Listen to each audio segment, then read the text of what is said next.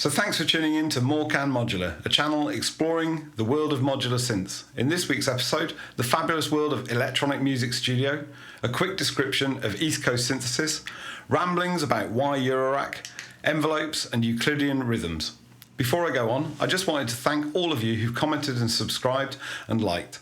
I make these videos to help me structure my exploration into modular synths, but if someone out there in YouTube land likes them, it really makes my day.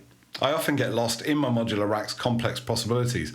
I get easily distracted, and in making these videos, it helps me to focus. So thank you for joining in with this exploration. I should mention that I have paid for all the modules in the rack myself. The thoughts and many mistakes I make in these videos are entirely my own, and I'm not paid for any content. So, on to EMS, a very unique experiment and business born out of the creative mind of Peter Zinoviev. Peter founded EMS in 1965. He had the money and means to build a small experimental studio in his garden shed, a very British approach. He was joined in his experimentation by David Cockrell and Peter Grogono, who diligently designed, built and adapted the studio equipment to satisfy Peter Zinoviev's musical desires. During the early years, they had a need to control the equipment they had assembled. Peter Grogono suggested that they try to purchase a computer, a thing we would take for granted these days, but in the 1960s there was no such thing as a home computer. A computer was the preserve of some large businesses, the military and governments. Peter Zinoviev managed to purchase two DEC PDP-8 mini computers thanks to his wife selling her tiara. I can't quite imagine how his wife put up with all this. Perhaps it had something to do with the studio being in the shed and out of her earshot. Peter Grogono developed the Musis software to control the studio, including a bank of 68 oscillators built by David Cockrell. Peter would go on to develop the Musis software after leaving EMS in 1973. Musis later evolved into a music programming language called Mouse. The team at EMS thought that if they could build a mini electronic studio in a box that they could sell them to fund the ever-growing studio. It grew so large they had to move into a larger space, which was called the Great Milton Studio, and that was in 1979. The team were joined by Tristram Carey as co-director, Zinoviev and Carey setting the musical direction, with David Cockrell and Peter Grogono designing their first commercial product, the VCS3. This attractive little box sold for the princely sum of £330. In today's money, that's about £2,000 or $2,400. By comparison, the Mini Moog was selling for $1,495 at the same time. Why was it so cheap? Well, the genius of David Cockrell meant that he had bought bulk electronic components, depending on what was locally available, and built the synth around the components. Personally, I find this fact stunning. David would go on to design the Electro-Harmonix voice box, which made the vocoder famous, Electro-Harmonix pedals of the 1970s. During the 80s, he would go on to design the legendary Akai samplers, including the S900. The VCS3 sold well and was used by a number of very famous musicians, including Pink Floyd, David Bowie, Roxy Music, The Who, Tangerine Dream, Hawkwind and Kraftwerk.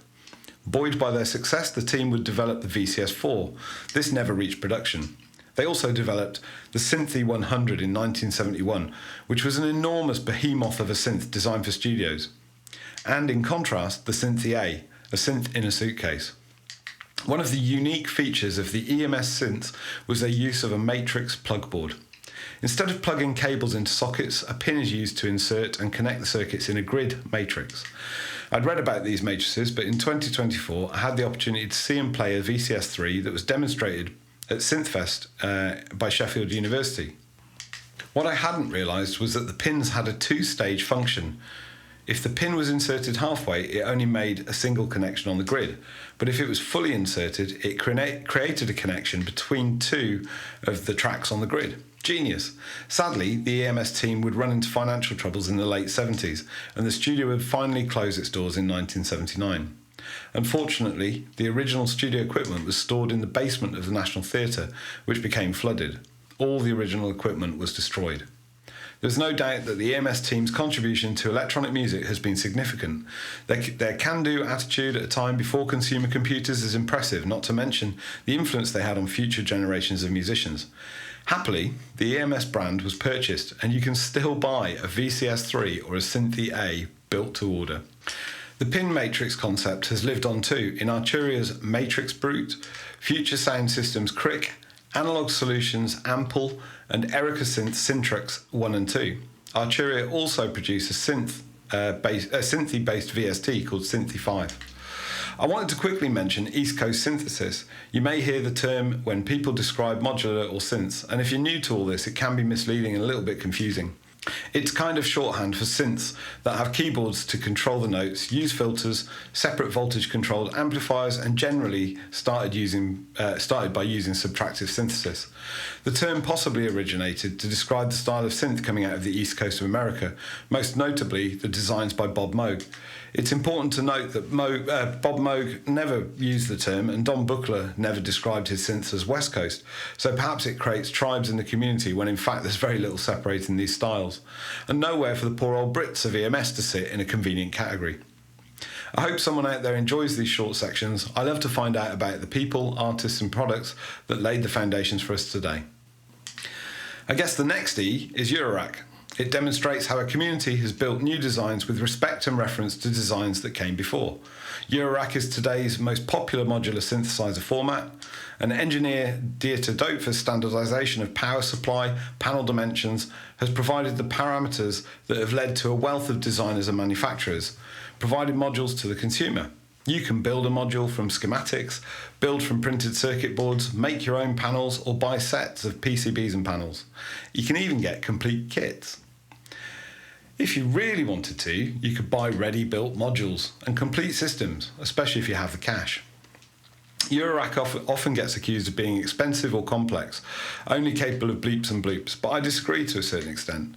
It certainly can be expensive. Some boutique modules can cost more than some mainstream keyboards, but no one is forcing you to buy them, and I'm pretty convinced that you can still get great sound with much cheaper and less glamorous modules. Small systems have a ton of advantages too. A small system is often capable of an awful lot of sound design and can work nicely with other instruments or a digital audio workstation. A small system could be a drum synth or an effects processor or a sequencer, sound design stage, or whatever you can imagine. I think that compared to riding motorcycles or a jet ski, canoeing, golf, and many other hobbies, Eurorack is actually a similar cost. If you're careful, it's even cheaper. In a previous lifetime, I've been a whitewater kayaker, and for many years I can honestly say that Eurorack is cheaper, partly because I don't have to drive anywhere to play the Eurorack. Some also say that modular is backwards, old-fashioned and limited. After all, you can't even save your work and pick up where you left off. I feel this is actually one of the strengths of modular. It means each patch is fresh, new, different in some way from everything else that's come before. It prevents me from becoming stuck in a rut using the same notes, tempos, chords and techniques. Of course, sometimes that means it sounds terrible, but sometimes, as Bob Ross would say, it creates a happy accident. I also feel that the most groundbreaking and exciting developments seem to be happening within Eurorack. Modules like Bifaco's Honoroi, Schlappy Engineering's 3-body, RYK Modular's Algo, and many others show superb interface design and sound shaping possibilities. It feels to me as though most consequential innovation is actually happening within Eurorack. As for bleeps and boops, well, it's true, many of us, myself included, fail to be a virtuoso on the instrument, but then that's true of millions of people who own a guitar, violin or piano. There are, of course, many incredible modular artists. If you want to see a Eurorack virtuoso at work and hear the musical possibilities, just go and search for Suki Sue, Colin Benders, Lisa Belladonna, Stevie O, Surgeon, Caitlin Aurelia Smith, and many, many more. There are certainly barriers to starting out on a Eurorack journey. In many ways, it's more like building a model railway than at making a musical instrument. I think the main barrier is quite honestly the case and the power. It does require some research, but there are ready-to-go options from a number of manufacturers that supply both together. Personally, I chose to build my case and power. When we get to the letter P, I'll review some of the specs and options for small, medium and larger systems. There's help available too. Modular Grid is a useful website where you can select modules in software and design your rack. It'll then tell you how much power they use and how much it will cost if you bought everything ready to made and new.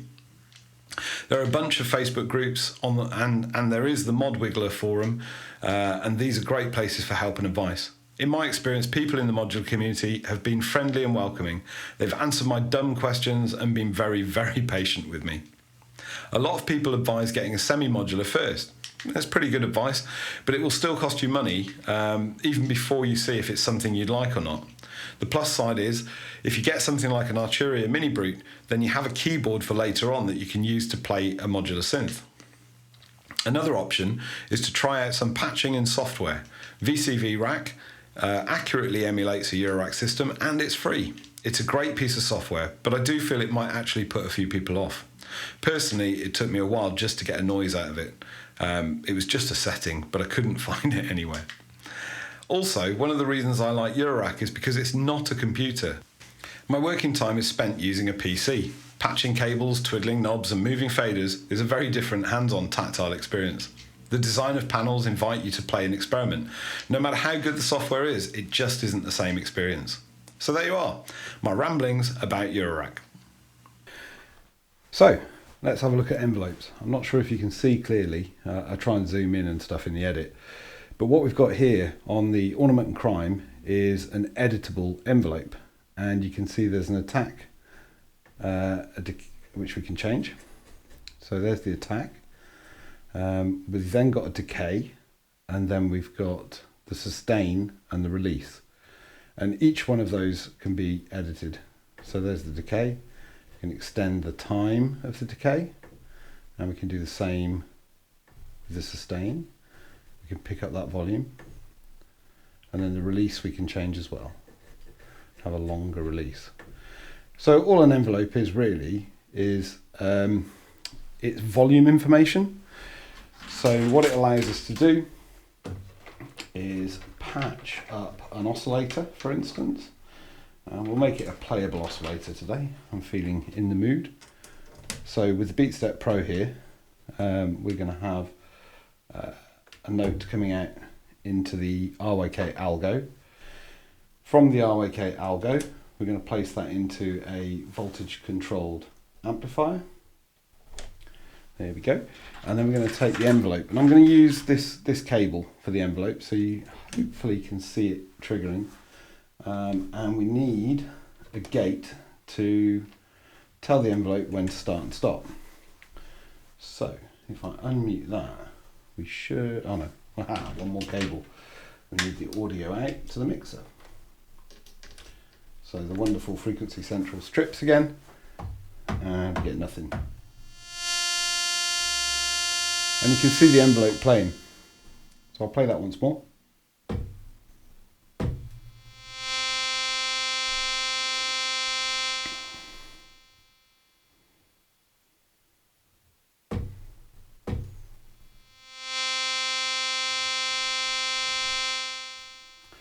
And we can change the type of envelope. So we could have, what's that one? An attack, decay, release. So that just gives us attack, which again we can change. Let's have a fast attack. Let's try that. And then we can change the decay. And then we can change the release. See what that sounds like.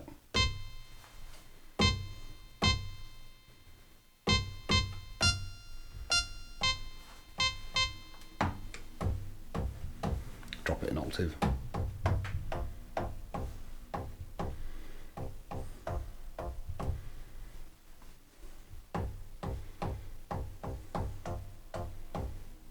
And there we go. Let's see what other envelopes we can get. So we've also got attack, sustain, release.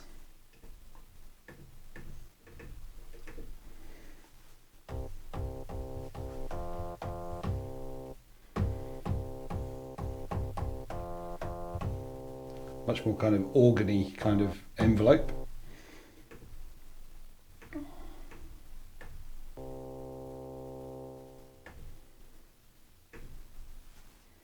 And we've got some unusual ones. We've got kind of a double peak.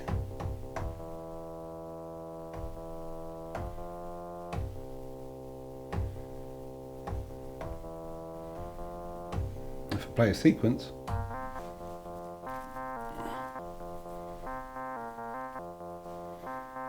it's not getting time to go through to the sustain part. Whereas if we just let it die out, we do.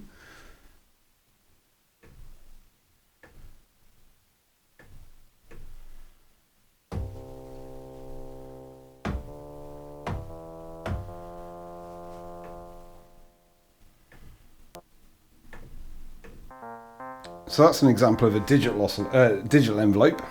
Let's show you a natural analog envelope. So over here from Frequency Central, we've got the System X envelopes, and we've also got the SEM envelope. I really like the SEM envelope. It's super snappy. So let's hear what that's like.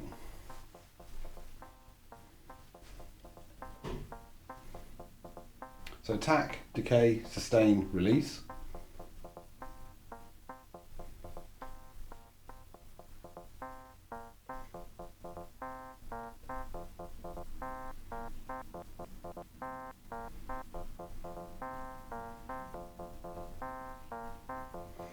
And one of the great things we could do with an envelope is we could also take it to a filter.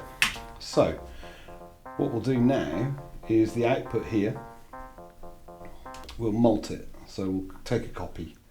So we'll copy the CV. Oops, I've gone the wrong way. There we go. Take a copy of the CV, and we use that to ping a filter. And then we'll take the output into the filter. Again, this is another Frequency Central module. This one is the Raging Bull 3. I've got the Raging Bull 2, but I've got to be honest, I do prefer this one. I'm not sure what he did to it, but he definitely improved it. And we need the envelope to ping the voltage controlled amplifier.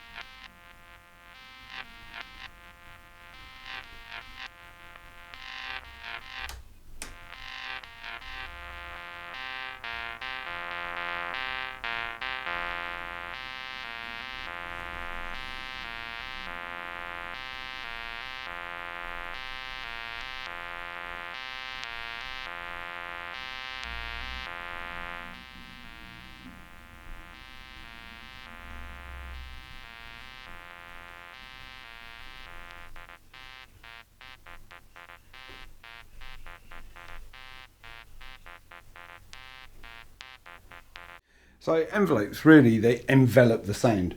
That's all they're really doing. So we'll stop there and we'll have a look at something slightly different. I'm having a problem with volume at the moment. If I turn the volume up on the recording, it's picking up a whole load of noise. I don't know where it's coming from. It's kind of doing my head in. I'll go for a little bit more volume, but probably hear some in the background. I really don't know where it's coming from, but there we go. So the Ornament and Crime will also do other stuff, and there is a program called Euclid in there. So this Ornament and Crime is running software called Phaserville, which means it has this suite of software here, which is amazing. And I think on one of these we'll find a program called Euclid X. I'm not brilliant at it. There we go. So that's Euclid X. And then right next to it, we've got the fantastic Bug Crack, which is, I just find it hilarious, really. Which is two spiders, a kick and a snare, basically.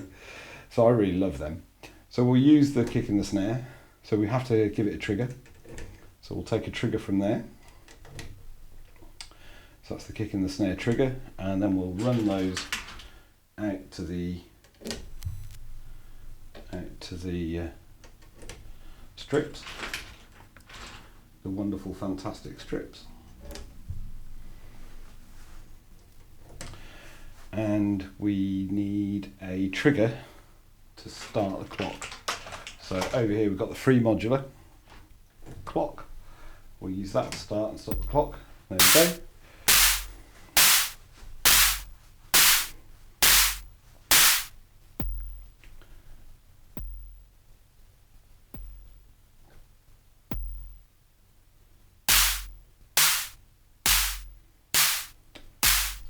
I'm going quite slowly at the moment, so let's speed things up a bit.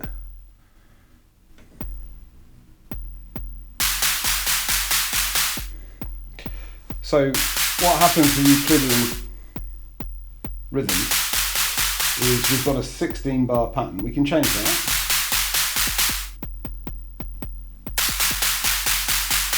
So we'll do 9.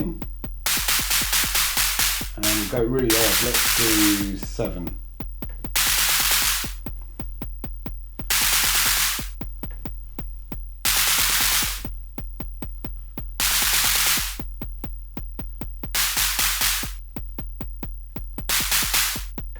And then we can change the amount of instances we get of that other rhythm.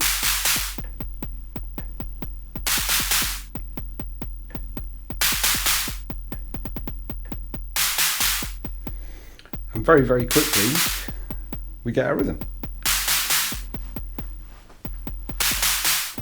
You could probably make that kick 4 on the floor, to be fair.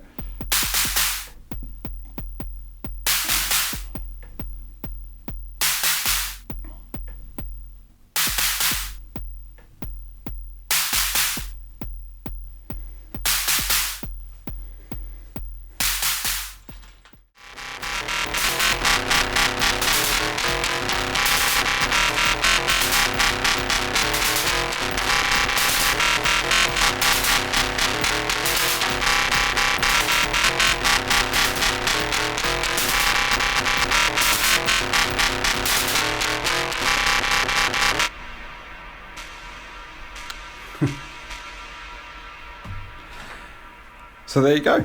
I hope you enjoyed this week's episode, despite the random noises that the thing makes, and I look forward to seeing you next time. Wherever you are in the world, I wish you peace and safety. Take care. Bye.